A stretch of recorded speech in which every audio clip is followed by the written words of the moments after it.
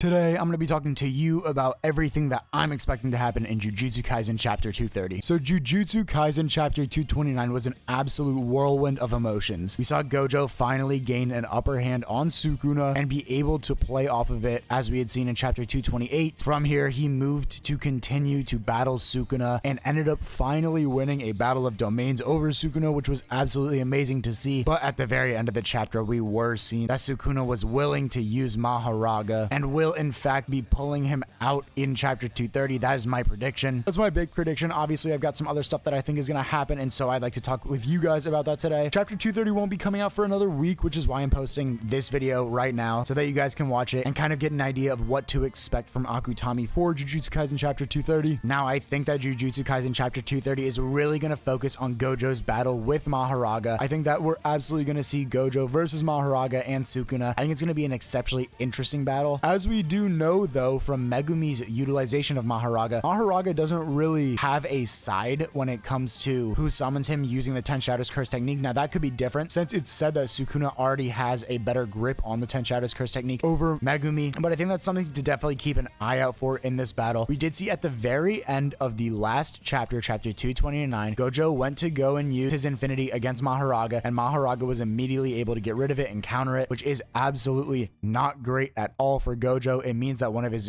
biggest utilizations of his ability is going to be negated, essentially. Now, could he throw out blue or red or purple against Maharaga? For sure. Would he be able to kill him with that? I'm not entirely sure. It's definitely going to be interesting to see what Gojo is able to do against Maharaga. Now, I know that a lot of people have been talking about this, but in my opinion, this is going to be when Yuji, Kashimo, Choso, and everyone else joins into this fight. I don't think that they're just going to be able to sit by and watch Gojo try and take on Maharaga by himself. Whether it be the beginning, middle, or end of the chapter, I think we're going to see some mobilization from these sorcerers, from the Jujutsu schools to come and try and help Gojo. And I think this is where they're going to meet Kenjaku again. I think they're going to run into a little bit of a roadblock. Maybe Kashimo and Choso get through and Yuji's got to face off against Kenjaku alone, something like that. I could absolutely see something like that happening. I think that there's a lot that Akutami can do in terms of this chapter. And I think that because we know that Maharaga is super overpowered and Sukuna will also be waiting by his side to strike with Gojo whenever Gojo gets injured, it's going to make for an exceptionally interesting dynamic in this fight. I do think we are going to see Akutami sort of shy more away from the domain fights for the rest of this fight, at least. It makes sense to me. They've kind of,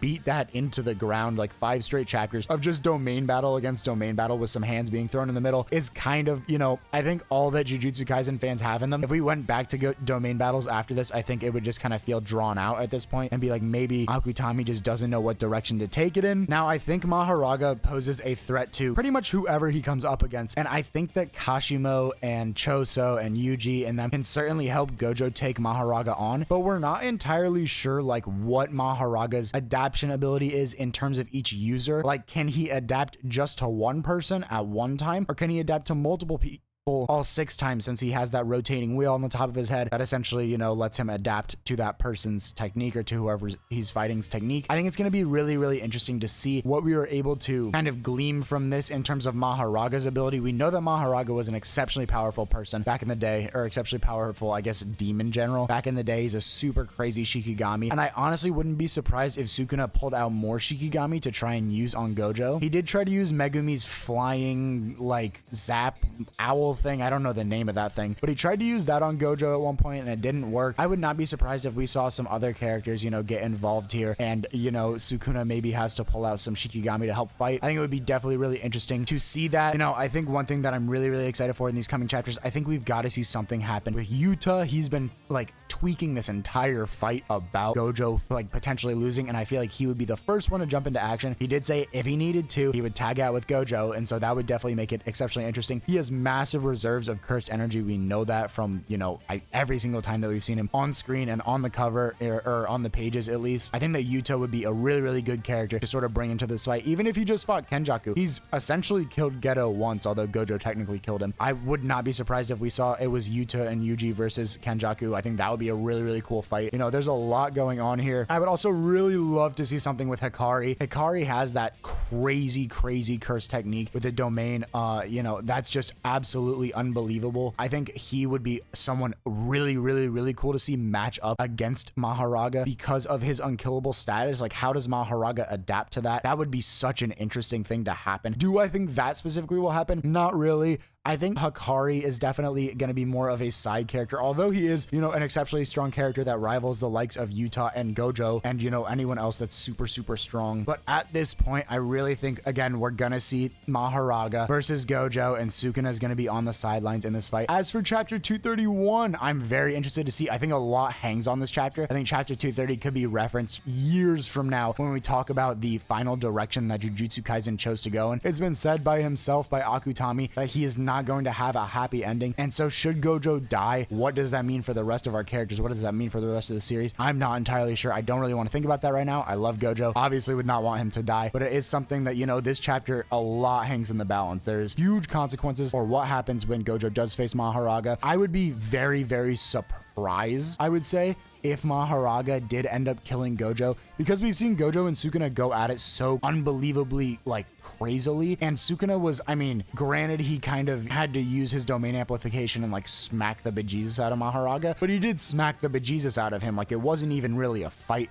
when he fought against Maharaga. And so because of that reason, I feel that Gojo should be able to do something. Now, in terms of Kenjaku, he's got to have some sort of plan. I've been saying this for the last couple of chapters. There is no way he is just sitting idly by without something being concocted up. What that will be, I'm not entirely sure. I feel like he's got to have something crazy in the mix, though. You know, it's Kenjaku. He's got something in his back pocket. So definitely keep an eye out for that. But this chapter is going to be immensely important, in my opinion. These next like 2 or 3 chapters are going to be unbelievably important in the final direction that Jujutsu Kaisen does choose to go. We've got to be sort of coming to the middle or tail end of this fight, if you will, at least of the Gojo versus Sukuna 1v1. Once we see other characters be brought in and we see Sukuna and Kenjaku versus all of the Jujutsu High students, I think that will sort of feel like a different fight in and of itself, more of like a culling games type of thing where it's everyone's kind of facing off against each other like 1v1, or, you know, they're facing off at a time, because Sukuna does have some of those Shikigami that we don't really know all that much about or don't know anything about at this point. And so I think that's going to be something that's exceptionally interesting. So there you guys have it. That is my prediction for this video for chapter 230. I apologize about not getting videos out in the last week. It's been a crazy stressful week. I think my upload schedule is going to drop to 1 or 2 videos for the rest of the year per week. That's kind of what I want to average. So I do hope you guys enjoyed this video. If you did, please drop a like, subscribe, comment, let me know what you guys want to see next. Love you all. Have a great rest of your day.